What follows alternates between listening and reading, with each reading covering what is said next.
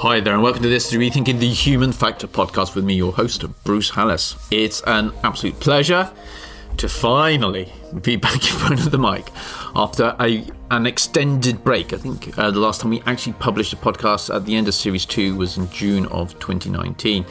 So quite some time. For those of you who are new to the show's all about raising awareness, influencing behaviour and fostering an organisational culture where information security and data protection are truly valued. For all of you who are familiar with the show, I am going to take this opportunity to thank you for your patience. That's right, thank you for your patience. We've had quite a few inquiries via email, messaging on LinkedIn, and also people that have approached me up at conferences and workshops, training that we're doing, saying and asking the question, do we have any plans for releasing any more podcast interviews? And the good news back then, the thing I've been saying to everybody is there is a light at the end of the tunnel. The good news now is that we've got to the end of the tunnel and the light is here in the form of insights from a range of truly amazing guests. And that's one thing that's been really important to us. I think since we've been away, what we've been doing is actually looking at the show, trying to understand how we're going to make that happen. How can we up the ante?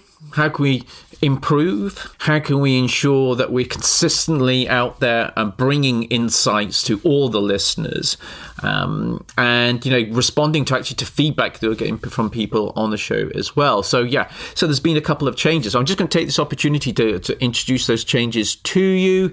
The first thing and the most noticeable thing is going to be about the fact that in the past we've engaged with guests from outside of the security community.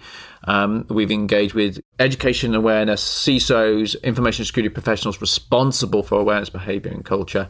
But now what we've decided to do is to open up the doors to one of the other big players in the human factor, and that is, the industry itself. So these are the people out there that are helping sort of drive standards, who are also helping our listeners to address these challenges through the products that they provide.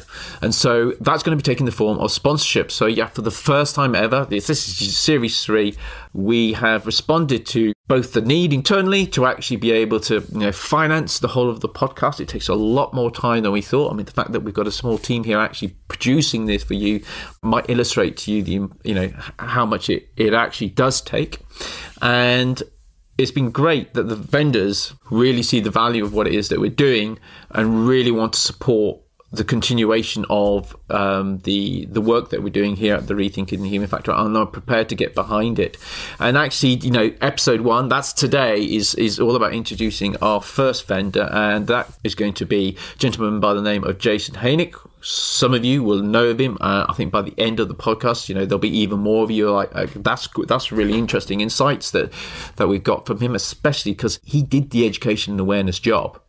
He did it for some amazing organisations in some quite different, unique circumstances. And then he sort of took what he learned and he's gone away and done his own thing. And he's now the president at an organisation called Habituate. So that's the first big change, the format, introducing sponsorship. The second change, this scared the team. When I broke the news to the team, this really scared the team. In the past, we were publishing a podcast probably every couple of weeks.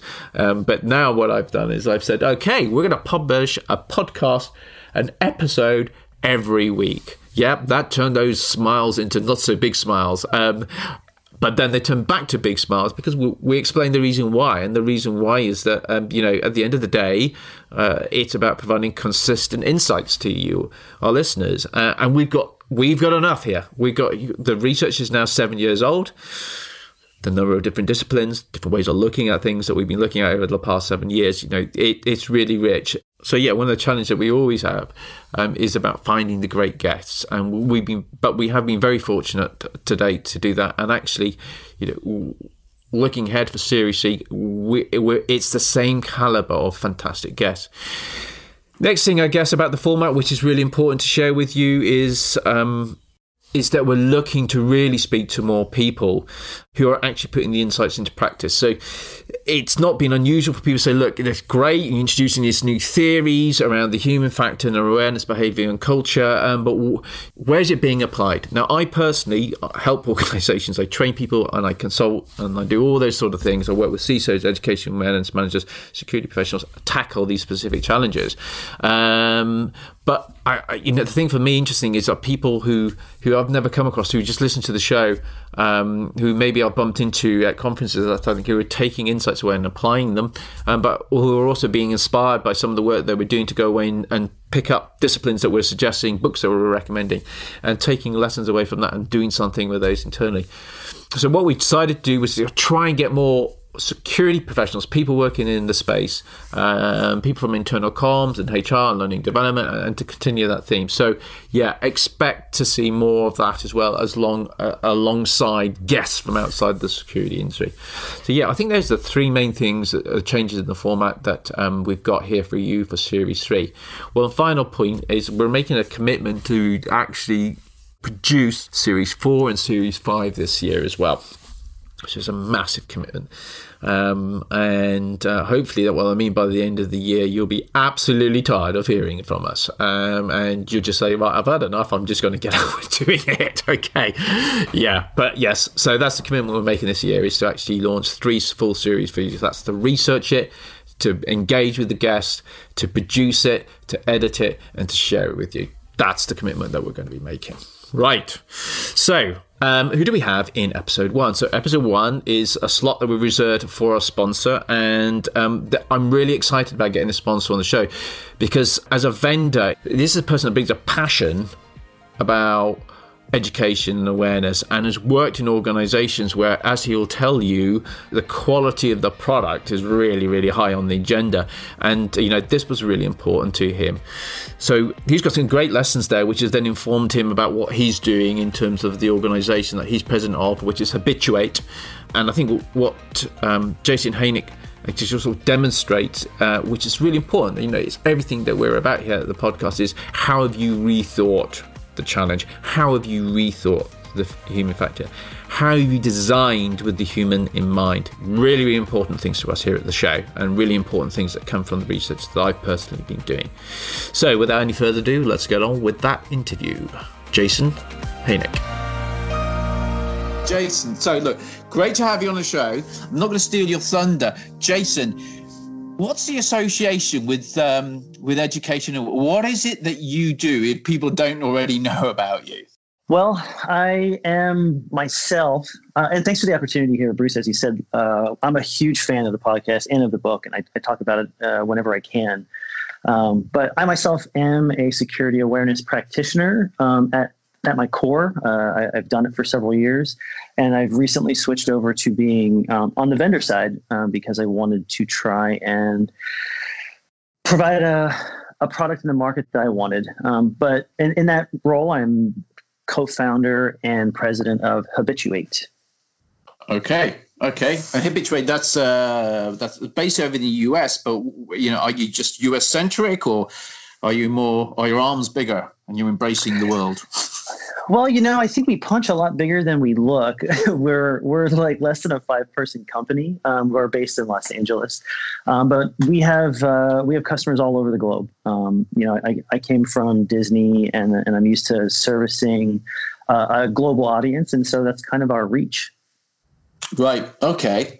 So you came from Disney. That's really interesting. I mean, we're talking about an organization that has massive value, brand, and is constantly driving awareness of the brand, and has been doing it for years, and arguably is a massive part of not just the US culture, but more broadly, world culture as well. So you sort of come from a pedigree there, haven't you? Yeah, I was.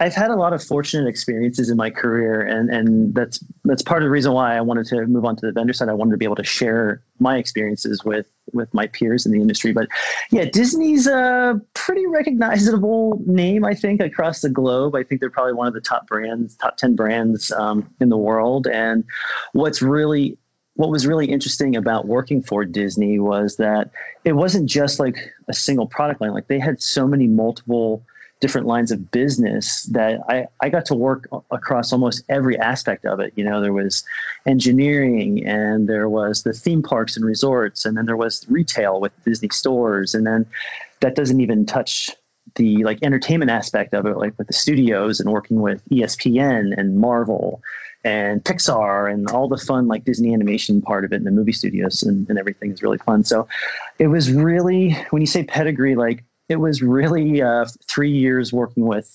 140,000 users across so many different domains. Really, really cut my teeth there. It was really a great experience. Can I ask, when you paint the picture of Disney and like the organizational structure, and you talk there about, engineers, and then you would have illustrators, and then you would have had like, the distribution side of things and licensing, legal, all those types of things. Oh yeah. On such a big scale. Okay. What was the cultural challenge there? I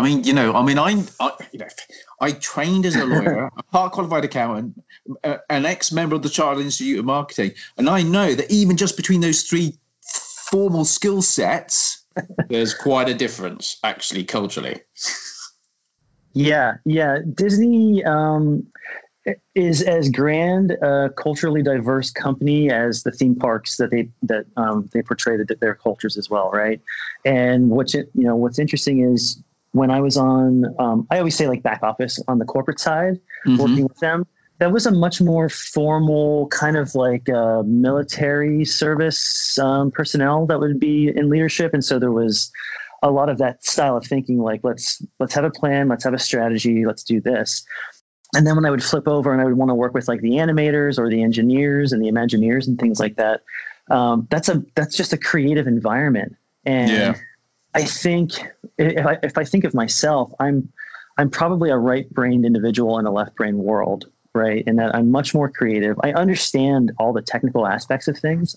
I'm not good with them, like in implementation, but I understand the concepts. But I can explain them to people like myself, right? Like, and so I really enjoyed that part of Disney, and that part of the culture was because when I was coming up with these, how do you talk about phishing and how do you explain what social engineering is? And I was working with the teams that we were creating the training with. They were like, oh, why don't we just do a video and we'll, let's do something really funny. And I was like, oh my gosh, are you guys open to that? Like, is that how this culture works? And it was really much that style of like, let's try it and see if it works. As long as you're within kind of like the brand image and brand guidelines internally, you got a lot of things approved. It was really almost a safe space to explore new things. And I think that's almost a bit of good fortune, isn't it? Because in your experience, and you talk to a lot of people, like the listeners on this show, who from representing organizations of a really wide mix, from those from large organizations through to small, those from, industry sectors, which could be financial services or creative, all the way through to manufacturing and even food processing, that type of stuff. In your experience, is that part of the challenge is trying to, the environment that you find yourself in, you're given the responsibilities for education awareness, influencing behavior and, embedding security into organizational culture. But how much is the environment? How much does that play? How does that enable you to do something or restrict you? That's a great question. It probably is more of the idea of where is there friction and where is there not, among different cultures and departments. And I think what I find interesting is I think a lot of us in this field now and over the last 10 years, we've tried more of just that like blanket approach, that kind of like one size fits all. Let's assign a training and let's throw some phishing out there. But if you want to be effective, and this is what I learned, like these are just my own mistakes I made was doing that, was like, no, if you actually spend a little bit of time and you go to the different, whether it's a line of business or if it's just you're talking to legal or HR or something, they all have their own kind of style on how they communicate. And if you can understand that, then you can kind of create a better experience for them. I think that answers your question. I don't know if it does. I could expand a little bit. Yeah, it does, and I think it raises another issue here. I'll go again for listeners, is that the issue of time, because I'm completely on behind you on that one, in the sense that one size fits all. Anecdotally, everybody's sort of like, I'm pretty confident that doesn't work. But maybe that's the only option that we've had to date. if you take a more nuanced approach, which is, for me, from a marketing perspective, it's one of the lessons I learned in marketing, but it's one of the big things that's come out of the research that we're doing. And the guest that we have on the show, I mean, you really love the interview with Dan Arley, and, and what these guests are sort of showing us is like opportunities for marginal improvements. And you're like, wow, if I understand how behaviors are formed and influenced, I could maybe apply that to the more nuanced approach. So instead of just doing the one size fits all, we're like, okay, so we're going to look at legal. So how behaviors formed and influenced? What is the culture within legal? So those things are really, I think, they are really, really important. But a challenge I'll put to you, just again on your experiences, the challenge of time. How much time do we have as education and awareness professionals for going beyond the one size fits all? Oh, I really love that question. I think there's a couple probably foundational assumptions that we've made, or that's been made for us over the last couple of years, is that there's probably no expectations on senior leadership side on what awareness is. And when you have that, at least this is in my experience, right? What I was finding at Disney was my leadership didn't know what awareness or education or culture looked like and what training looked like. And so they made up their own decisions on what it was and how long it should take. And they were defining when I should be getting results. And for me, I had to really step back and say, okay, I'm more reactive right now. Right. I'm not actually getting anything done. I'm just responding to emails, and I'm responding to, let's get posters. Let's throw posters up. I'll quick do that for 3 months, and then I'll do this for another month. Right. And what I found was, if I could really sit back and to use your terminology, to rethink my approach to this industry, was that I was doing all this stuff and I didn't have a strategy in place. I didn't have really any idea outside of, the phishing vendors tell me that I need to have phishing simulation, and that's pretty much what the industry has defined as security awareness. But I know that there's a training aspect of it. I know that there's live events. I know that there's, ambassador programs that you can be doing. And you mentioned something that I'm a big fan of, saying that it really is more like security marketing. And what I mean by that is, at the end of the day, we're trying to get people to change their behaviors, to make a decision on something we want them to choose. And when I looked at what I was doing, and this goes back to the question around like time, like how much time do we have to do this? Yeah. And I think if you start to look at it that way, and you start to realize, if this is my strategy, and my strategy says that I want to have a robust phishing simulation program, and I want to have a really great annual training component and a new hire component, and I want to have maybe 3 events for National Cybersecurity Awareness Month. That's in October. And then I can reverse engineer that strategy and say, okay, it's probably going to take me 6 months to 9 months to probably set up and baseline a really good phishing program. Because I know, based on my experience, that I can't just turn on a phishing program and start doing it. I know that I need to have education of my users and explain to them what's going on and what to expect. I know that I need to review the architecture and the reporting processes, and are there changes that I have to make to remove that friction of them reporting a phishing email, right? Yeah. I want to make sure that that's the easiest decision for them to make is to hit report, right? And that they know that, and that's all they have to do. Yeah. And that could involve change management. And so if I have to go back and say, and this is me speaking from when I had to do this at Disney, when we were ready to roll out a phishing program, and one of the things was we were going to utilize a report phishing button. Right. Well, that required change management to go and install that across all 100 and some thousand devices on their Outlooks and O365. Yeah. Well, that took 3 to 4 months. Right. And so understanding that is setting expectations for your senior leadership first, and which requires it for yourself to really know what you're doing.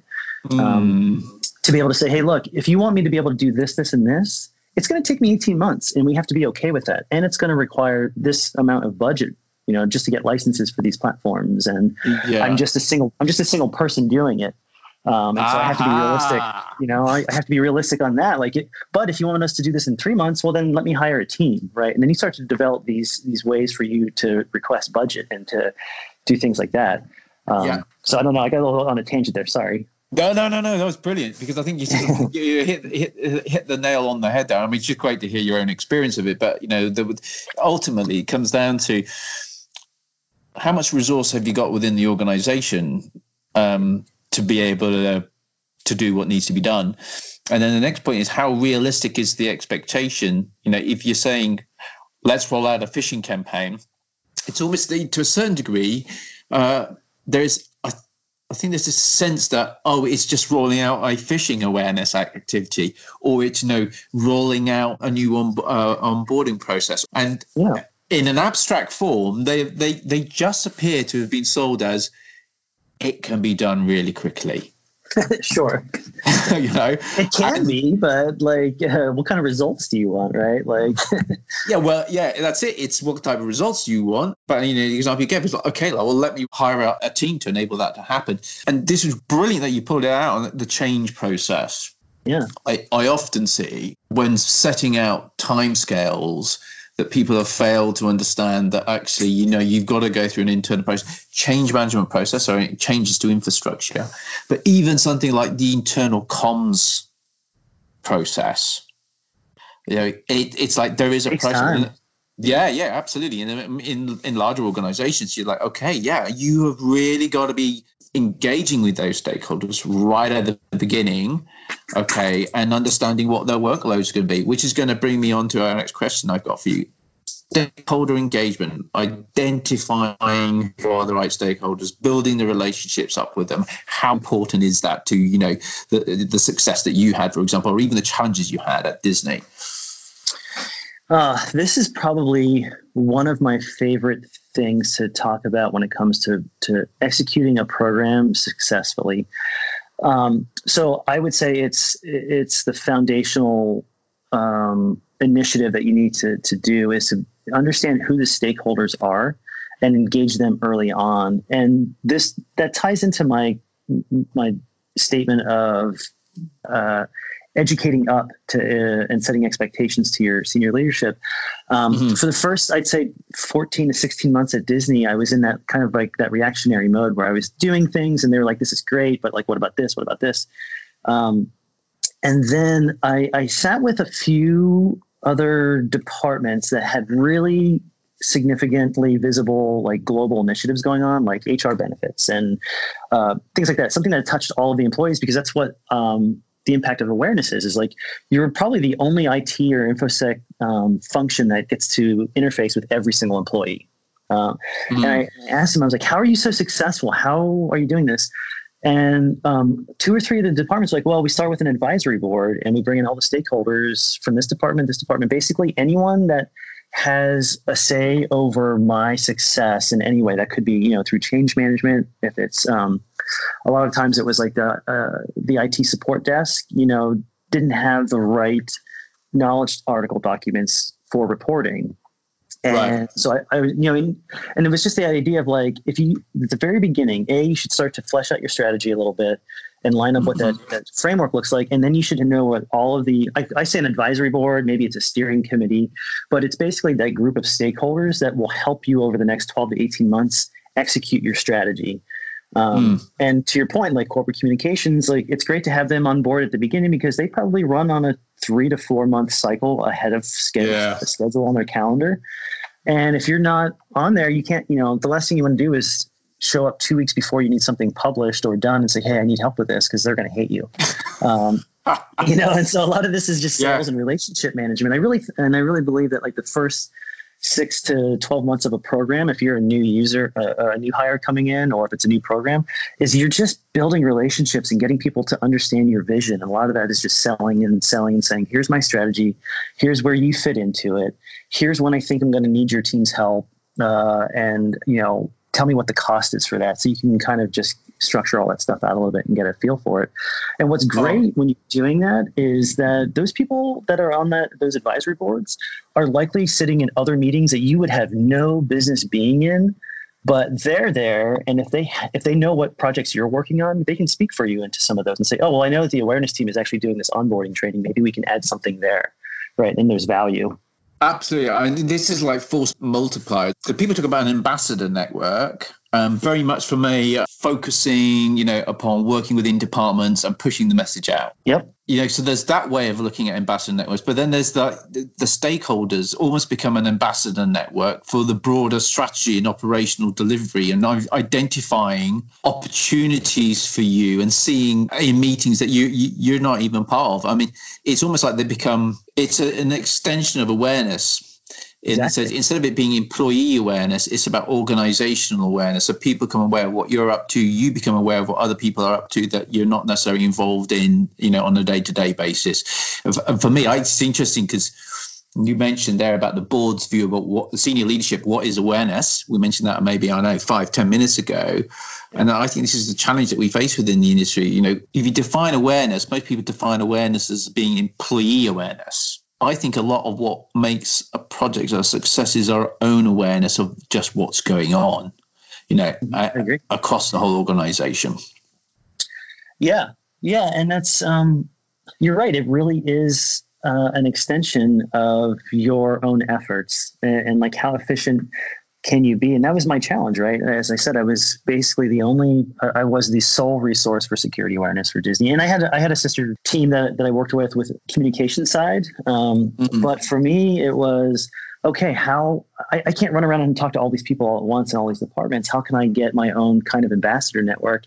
And that's kind of what gave me the idea to actually do an ambassador program separate from that at Disney. Was I started to reach out and create a network of basically like the executive admin for VPs and above, because I knew if they were sending out an email to their department, everyone was reading it. And so I was like, I wonder if I can work with them and share some very pertinent pieces of information. Maybe once a month, I send them one thing to share. And they were more than happy to do it. And I was like, oh, great. Like if you give people something of value, and something that allows them to also have some like social currency in their lives. And I love that terminology. I don't remember if that's a Dan one or one of the other books that I always read. Yeah. But the idea of like, you give them something that they can share with their friends and department and family that has value, then they have clout then that makes them feel good. And so that's what I was always looking to do. And that's what I'm always looking to do with my programs is, even when you go to an official ambassador type program, it's more like not what can they do for me, but what can I give them that makes them want to continue to do this, right? It makes them look good next to their peers and stuff like that. Absolutely. And I guess by leveraging what was already there, you avoided the risk of the investment in creating something new to run parallel, which would ultimately not have been opened or looked at. I mean, because that's really what you want. Yeah. You're leveraging them so that you get eyeballs that look at the content that you've shared with them. Yeah, exactly. I think as the corporate structure in a lot of companies goes, like I think we run into this desire to create something that's just ours, and like this represents me and all my efforts, and I have to protect this and I have to do this, and I would see multiple versions of basically the same project or initiative going on. Whereas for me, I'm like, well, no, if you've already built the network and it works and the framework is there, like how can I help you and how can I use it as well? Like how can we work together and create some type of collaboration? And yeah. I mean, why reinvent the wheel? Yeah, there's no need to do that. Yeah, but in terms of that, I mean, what's your view on sometimes sometimes the wheel hasn't been looked at for a very long time. Mm-hmm. Yes, and maybe the wheel is square. Yeah, or flat. Maybe it's just a flat wheel. And you're like, you come along, you're a new appointment, given the responsibility of education awareness. Your title is education awareness manager. You're being measured against levels of awareness, changes in behavior, bringing around organizational cultural change. Not small tasks, by the way. No, okay, nope, not at all. No. But you're like, okay, it's simpler if the wheel's already in place and people are happy with the wheel. Okay, the wheel's been turning. Okay, but you come in and you're like, whoa, what if we just made it circular rather than square shaped, or with all these points? What is it but in your experience, the challenge is there because what you're doing is you're challenging the status quo. I mean, Dan will tell you, behavioral psychologists will tell you, status quo is it's a bias that all of us are sort of, humans just have. It's just a sense of, if it's something I've built, I don't want to change it because I've invested so much in it. And also, if it's something that's worked, well, this is how it's always been done. This is how we do it. That's like the worst. Yeah. The worst bias ever, I think that cripples creativity and growth in any project is, well, this is how it's always been done. Yeah. Right? Yeah. But, and it's really interesting because when we did the interview with Dr. John Cotter, this was one of the things that he was alluding to as well. I mean, and when you read his work, it's just this institutional bias towards not wanting to change things because of a concern about, change requires effort, which is investment of some time, whether it be time or cost in some way or other, and there's a risk that the change doesn't deliver the benefits. So when you think about change and enabling change within an organization around education and awareness, is there anything that you go, yeah, this is gonna really hamstring it and it's not going to happen, or small is good or something like that? Have you got any thoughts on that? I'm probably a little biased in my thought on that, and I've always kind of been the person that looks at something and says, well, how else can we do this? Like, how can we improve this? And so as an example, and if I could just share a story, when I started at Disney, and I don't mean to keep on harping on my Disney experience. I also, went to Sony Pictures after the infamous Sony Pictures attack by North Korea and helped build their program. Okay. But when I was at Disney, I think my first project within 2 weeks of being hired was, we need you to update the annual training that all employees take, all 140,000 employees take. And they said, we have 2 licenses with different vendors, and this is how we've always done it. Right. Just go ahead and pick which one you want and go for it. And so I was sitting there, and I think right after when I started, I think Disney had just released Frozen into theaters, right? This $1 billion property, really amazing, animation film. And I think Marvel's Guardians of the Galaxy was just about to be released. And so I'm sitting in my chair at the Disney Studios, and I'm looking at I'm reviewing the vendors that are in the space. And this is around probably circa 2013, I think it was. And I'm looking at the training content and their videos, right? They were certainly there was an attempt made there to produce something. But I'm looking at this, and then I'm looking at wait, my coworkers are the people responsible for these experiences for Frozen and for Guardians of the Galaxy. They expect a certain level of quality and entertainment and experience. If I try and put this training in front of them, it's no wonder no one's completing the training. It's painful, right? And then I started looking at wait, we're paying how much for this license? Mostly because we're Disney, right? And so, I think our budget quotes were coming in around $300,000 to $400,000 for licensing a platform. And I sat with my leadership and I said, look, if we've already earmarked $300,000 for a license for this year, for a product that isn't going to live up to the Disney brand, what if you give me the opportunity to give me half of that budget, or give me 200, whatever I said at the time, but give me some of this budget and let me build it internally. We have all of the resources, right? We have a production studio, we have an animation studio, we have a learning and development team. And so I don't know why, Bruce, but they said, okay, go for it. And I was like, oh, now I got to figure this stuff out. But it was for me, it was rethinking, how can we do this better, right? If I want training videos and I don't like what's out there, how much does it cost to produce our own? Well, I figured that out, and we were able to do that. And we shot with a Hollywood production team, and we shot on location in Disneyland on the rides and stuff like that. And we ended up having Mark Hamill do the narration on the animation portions of it. Yeah, it's wild. To hear him I wrote the entire script for all the videos and for the training, and so I'm hearing Mark Hamill record my words, and it's just mind blowing. That was one of the really cool experiences. But the idea, back to connecting it to rethinking the human factor, and the idea was well, how can we do this better? This audience is that was my justification, was like, we create these experiences. But like, if you really think about it, my coworkers were really no different than coworkers at other companies, right? Because that's who are going to the movies and paying to go to the theme parks. Because like, people want that experience. And so I'm like, you know what?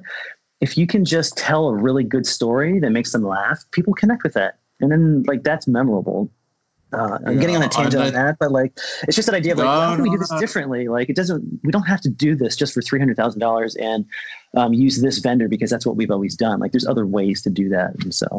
And I think it's the point of just not assuming that just because this is the way it is, that this is the way it's going to be. And I think it's that taking the time to step back and, the thing that's just really important to all the work that we do here at the podcast and my overall research program is, rethinking, taking the time out to rethink, which is a challenge for a lot of people because, a lot of people were like, in many respects, one person at Disney, what we're seeing increasingly is that people responsible for education awareness, behavior and culture, actually, it's just one other hat, one other thing that they're being asked to do.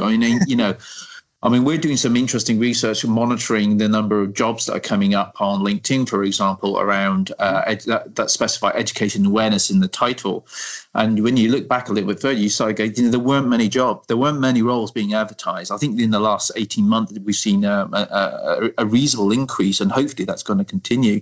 But in reality, a lot of the people listening to this show, a lot of the people who are responsible for education and awareness, it's just one other thing they've got to deal with. And so you're like, they haven't got the time necessary to step back, which is why speaking to people that have got the time, who've had that luxury, or maybe the people with experiences, is a really worthwhile exercise. I'm going to pick up on the point you make about the quality of the material.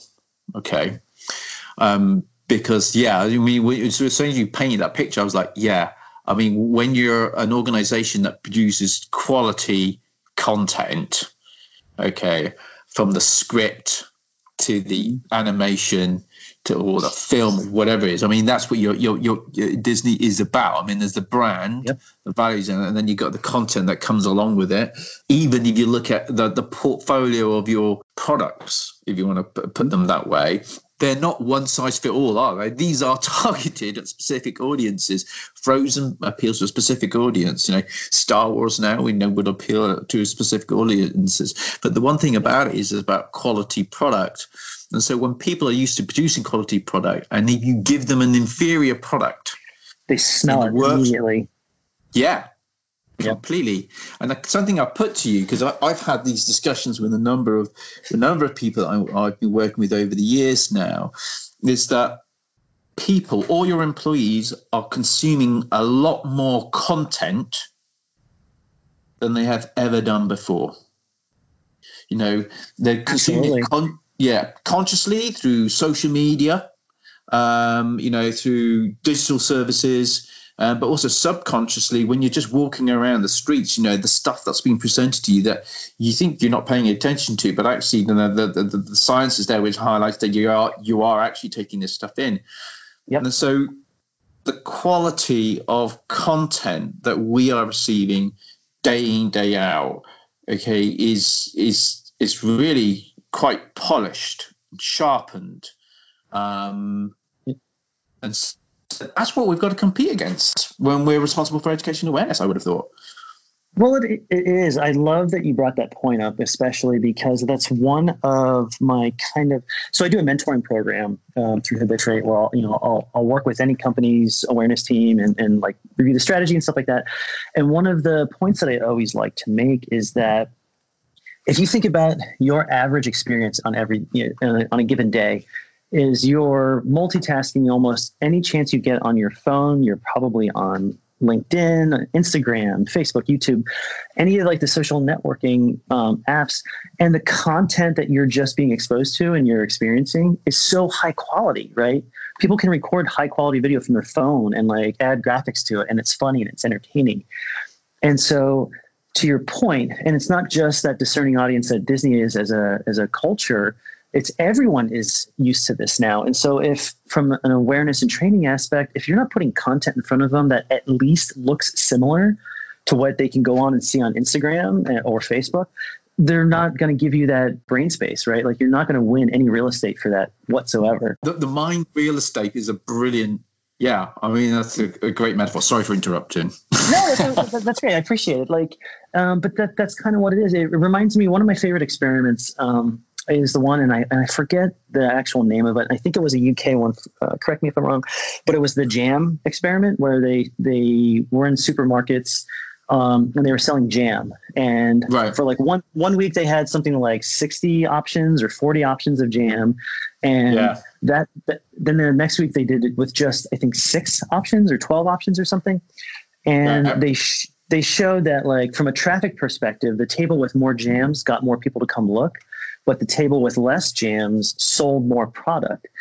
And it's this idea of like, and this goes back to when I was looking at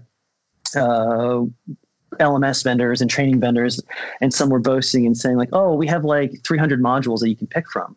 Well, experiments in science and behavioral psychology shows that, like, that's actually stressful to me as the administrator of the program, because I have to select and review all these, where I just want, like, give me like 5 or 10 really great high quality options. Right. And if they're high quality, then it won't stress me out. And I can just say, this is great. Right. Like, you put intention into design, and that's important to me as the consumer. And I take that over into, and to habituate with like the products that we do as well. It's like, I just want to create a really great product. I don't need to create 3,500 versions of them. I just need 1 or 2 really great versions. Absolutely. I mean, and what you're talking about there is choice architecture. And it's really interesting because, in the industry, the security industry, there's a lot of talk about security architecture. Yeah. And I get it. I've done governance, risk, and compliance for years as well before I started to really focus on the human factor piece. And you talk about architecture, and for me, there's human architecture. It's if you understand, and this is what our podcasts have been about, and inviting some of the wonderful guests we've had on from outside of security who specialize in behavior and culture, and that is about, by understanding that, you start to understand there is another level of architecture to add into the overall picture here, which is the human architectural piece. And just choice, because going back to your point you made earlier around the marketing piece, it's about it's designing things in a way to increase the likelihood that people would choose to comply with your product. Yeah, because there's a lot of stuff which we can enforce through tech, and it will say, no, this is the only option that you have. But a lot of what we're asking our employees to do is to choose between complying and not complying. And so, if you understand choice architecture, and choice architecture relates to the example you gave there of the jams, is a classic choice architecture. If your outcome is to get people to come to the table, if that's your objective, like awareness, for example, just make people aware, okay, have a massive selection of jams. But if your objective is actually want to get them to influence their behavior, to buy, to increase the number of sales that we make, right, then actually you reduce the number. And I've seen that done with menus, for example. At a restaurant. You go to a restaurant. You turn up at a restaurant and they go, "This is what the chef's making." And they go, "Do I get a choice?" No, this is what the chef's making. It's got to be good then. Well, I'll have that. Great. Yeah, exactly. Yeah. Well, it's interesting. You mentioned something in that statement, Bruce, and one of the things, and I'm trying to always think of like that whole like rethink concept. Yep. And I think for so long we've been kind of pounded into our brains that this concept, like the user is the weakest link, right? Or that the user is, and I take such offense to that statement, because I know that as a person sitting at a desk, I do generally want to make the right decision. And I do want to make the right security decisions in my life.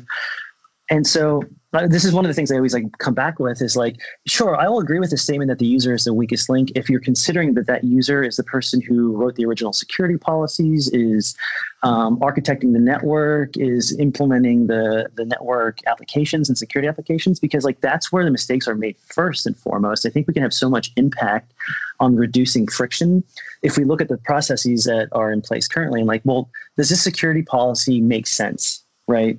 Or we're asking users to use a password manager, but we don't provide it to them, and we don't provide any way for them to easily connect to it or use it. So like, is it their fault that they're not using it, or is it our fault because we didn't remove the friction from that process? Very, very true. And I think this for me, and for all the listeners as well, I think something that I've been banging the drum about is almost the scope of what is responsible. If you're an education and awareness manager, you've been given the responsibility of not just raising awareness, but really trying to drive behavioral change.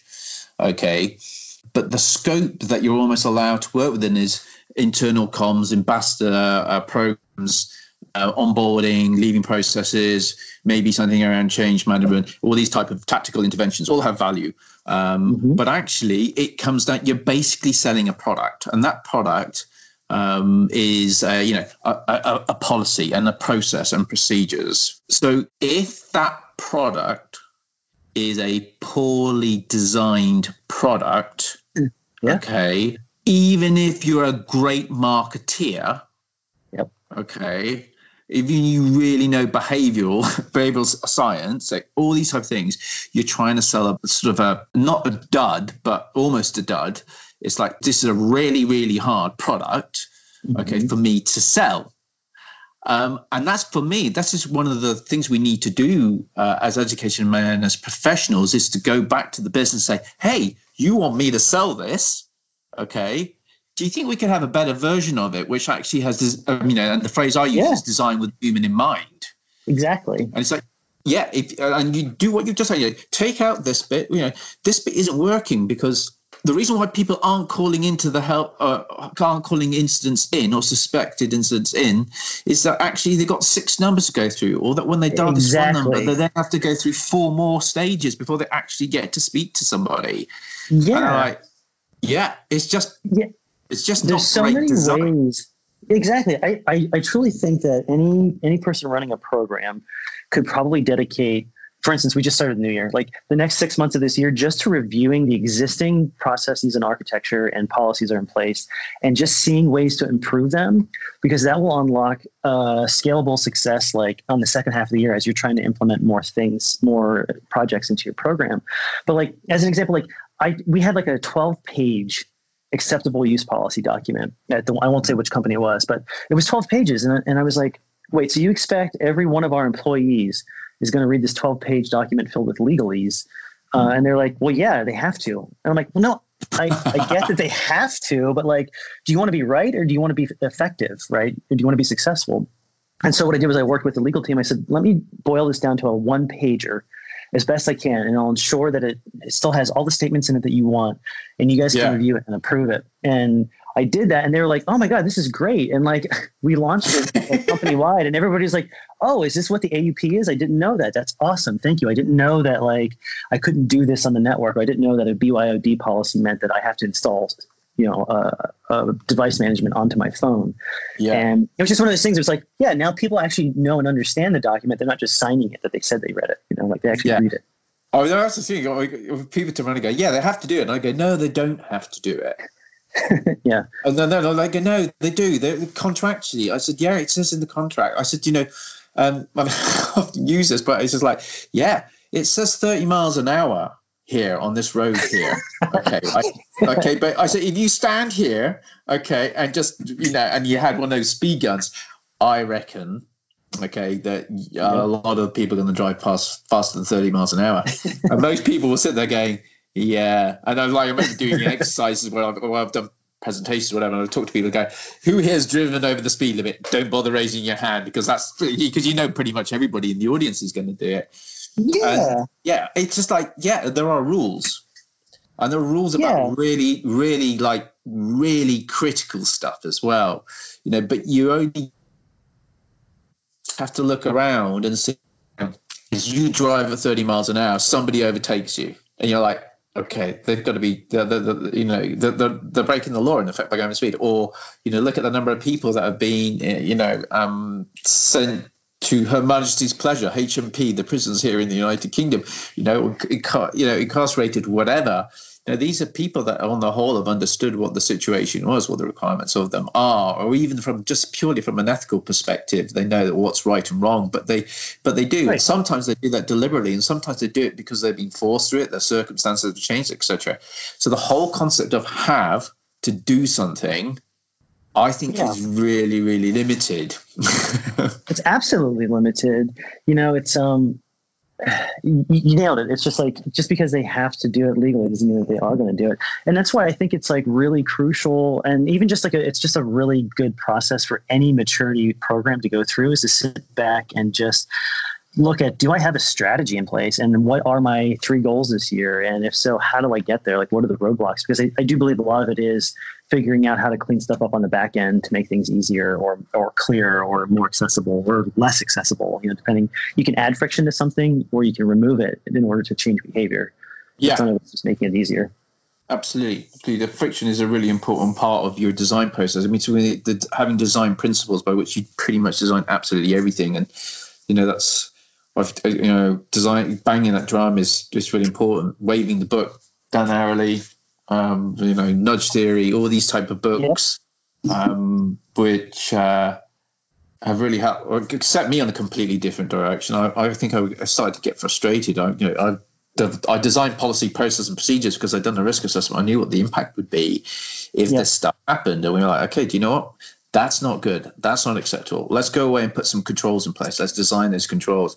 Hey, all these controls required people to behave in a particular, to be aware of their responsibilities and to behave in line and be confident to do it.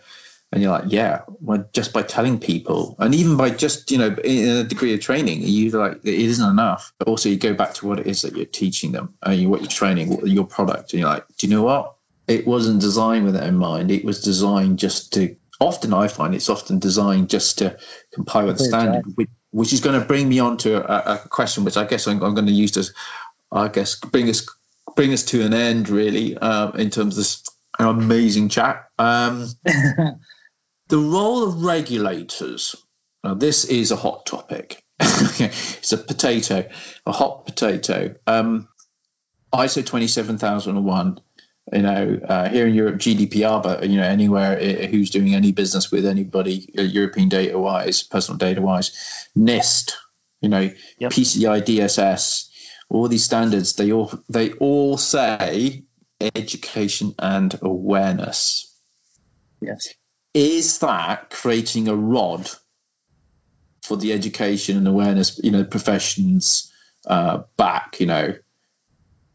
It's like, when you read that, I put my legal hat on and I'm like, education is, right, this is a definition of education, this is awareness. It doesn't say behavior or culture. So it doesn't. It's interesting. I think I understand what you're asking. And if I'm not, let me know. Yeah. But I think there's a plus side to all the regulations that are being updated, and including statements around, I think NIST did it first and ISO and things like that.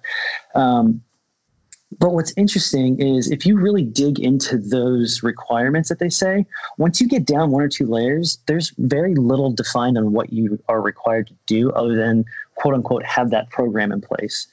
And I think, if you get into regulatory aspects of it, there's probably a little bit more clarity there. But most of them, to my understanding, is that, you have to have an annual program.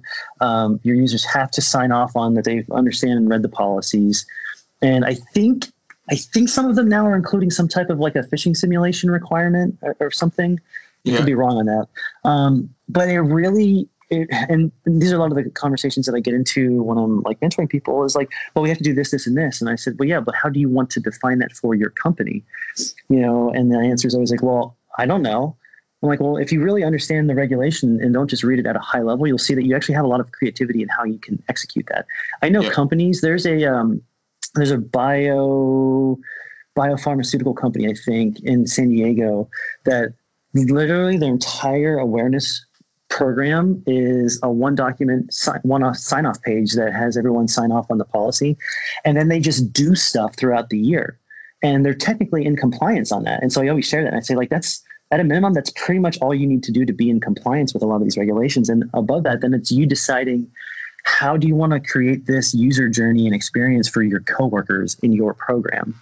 I think that's where people get uncomfortable, is because then they're like, well, no one's ever done this. We're a nascent industry right now. And so having to, and I don't want to talk negatively or make it sound negatively, but having to think for yourself on something can be really scary, you know?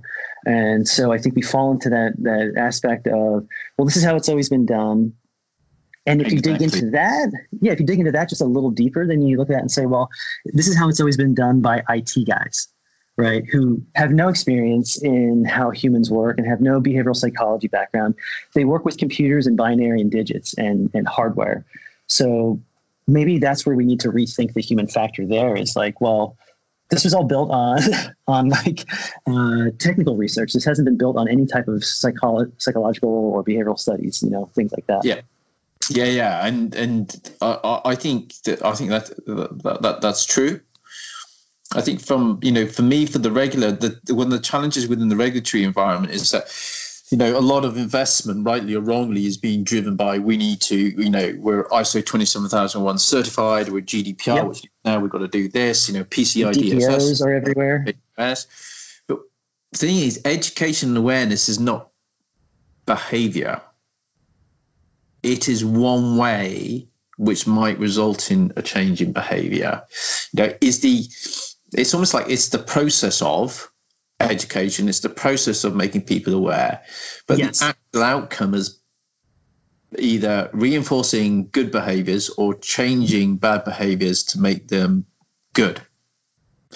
And so when you interpret it, when somebody's going through, say, well, have you done education and awareness? You go, well, here's our education program, and here's this is what we do in terms of awareness. You know, here's the one page, or here's the, you know, if you're really lucky, here's the global awareness campaigns that we run, you know, two of them every year.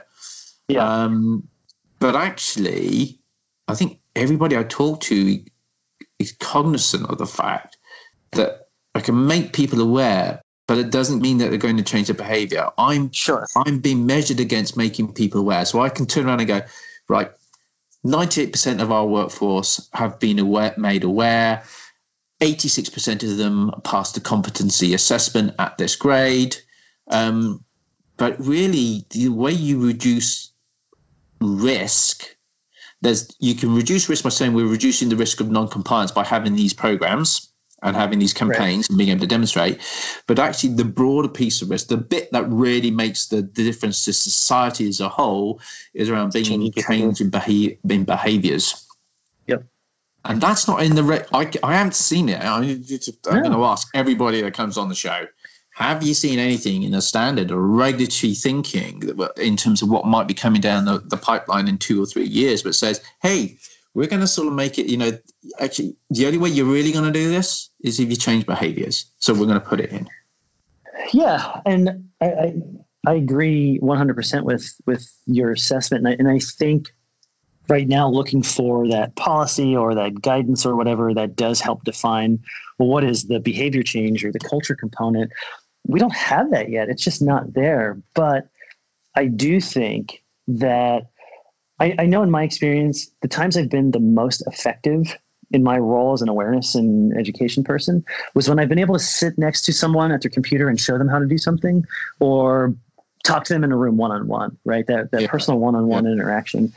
And what I think is interesting is I'd say probably 90% of the work that most employees at companies do now is all done within their browser, right?